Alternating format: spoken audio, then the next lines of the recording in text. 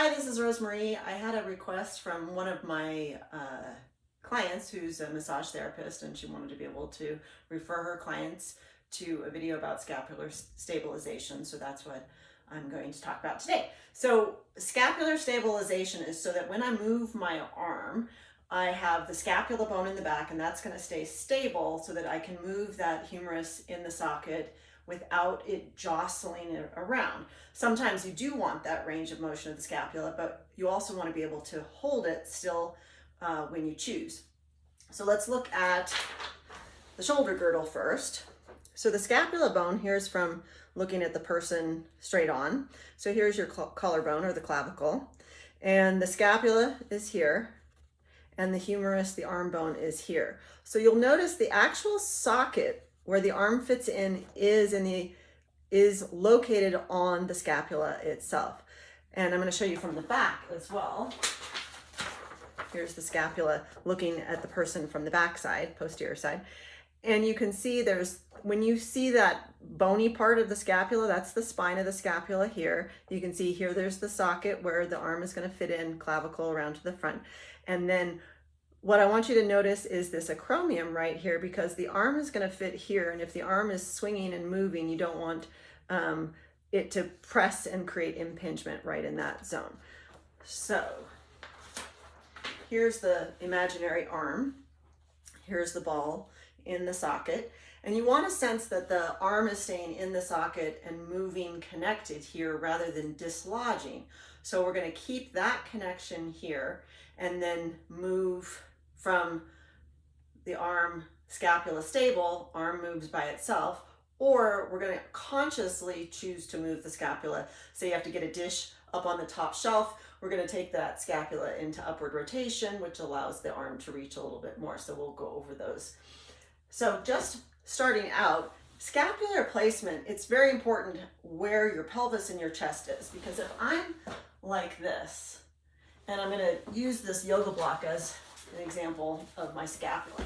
If I'm slumped down like this, my scapula has widened and elevated like this, rather than if I'm lifted and it's pulled and connected to the rib cage.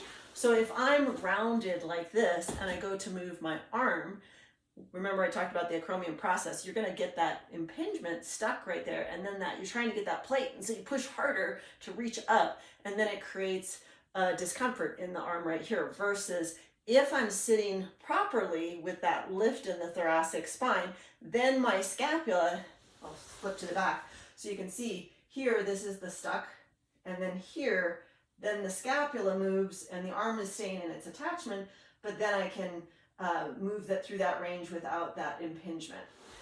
So the correct position of your scapula is going to be down, in, and glued to the rib cage. So that creates, if I cut myself in half, I'm as wide in the front as I am wide in the back. If I go into that rounded position, then I'm shorter in the front, and then it's arcing in the back. So first things first is you have to shift your pelvis to the front of the sit bones, weight at the pubic bone, where then you can lift the chest and then get the scapular placement. So that's the first off thing that you want to do. So then we're going to go over the actual actions of what the scapula can do. So let's start with that right shoulder, my left, your right. It's going to elevate up. That's one thing the scapula can do. And it can depress down. Showing from the back, it elevates up and then depresses down. And you'll see a little kind of a feeling of a V pulling into the spine with that depression. Elevation is the lift, and then depression, it comes down. Now, when you elevate, almost feel like you're taking the bottom and shoving it up into the ear, and then it'll drop once, and then if you engage the lower trap, you'll feel it pulls down a little bit more. So one more time, up, down, and dig. And so then you would do that with both sides. So basically when you're working range of motion, just do what the joint does. So it goes up and down. Then you would do 5 on this side and then do 5 double. But I'm just going to explain what these are. So go ahead and practice that after watching the video, just as far as keeping mobility in that joint. The next one is if I widen the blade and then I squeeze the blade, we're going to come around into protraction and retraction.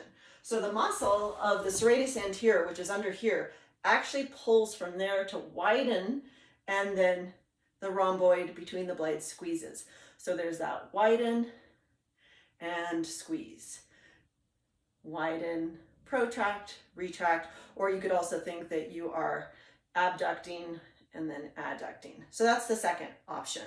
Then the next option is internal rotation and external rotation.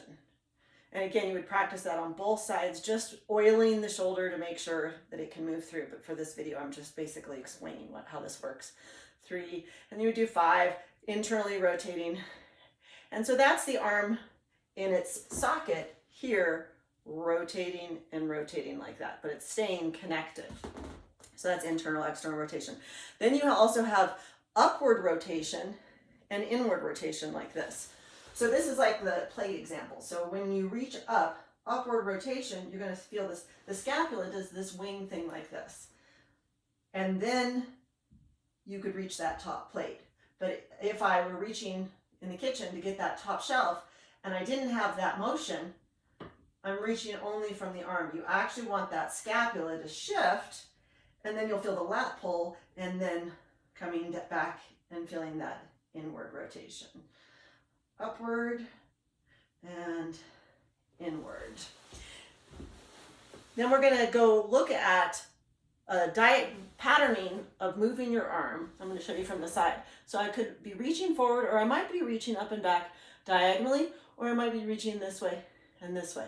So I'm going to go over a little exercise that you can do to practice that. So we're going to start with the going forward, taking like a Rosie the Riveter arm. So first off, we get that arm in the socket. The scapula is in its down in and glued position, and the arm is in the socket. So when I pivot, you'll see the humerus, the arm bone, is moving in a stationary socket. If I do this, I haven't stabilized the socket, or haven't stabilized the scapula. So you want to have that feeling of connected in, and then we're going to pivot the arm.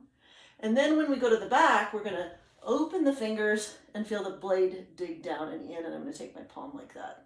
And then scoop up, and my fist stays that way, it's just getting out of the frame. And then down, and you'll feel like I'm putting my palm against the table here. And up, and down. So you want to have the feeling of, I'm going to go anchor the blade, stabilize the scapula, move the arm in a stationary socket, and that's externally rotated. And then I turn internally, but I open across that clavicle and feel that connection back. One more time, in the socket, pivot, stabilizing the socket, keeping that socket stable, shifting to the back. And then you would do that again on both sides. And then you could actually do it with both together too, up and to the back. Then the last one, we're going to take the pull this way, connect the scapula, pivot the arm.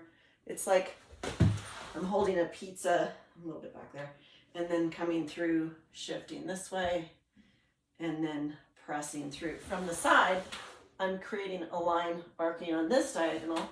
So it's like holding a pail. I'm turned in like that before I pull. When I pull, I keep that scapular connection. I move from the arm, and then I pivot on the socket.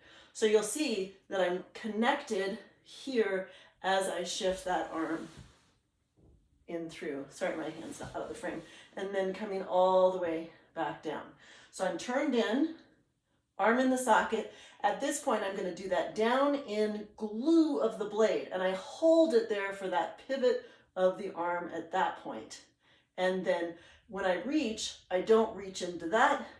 I could, but I'm going to just keep that feeling of the stabilization moving through and up.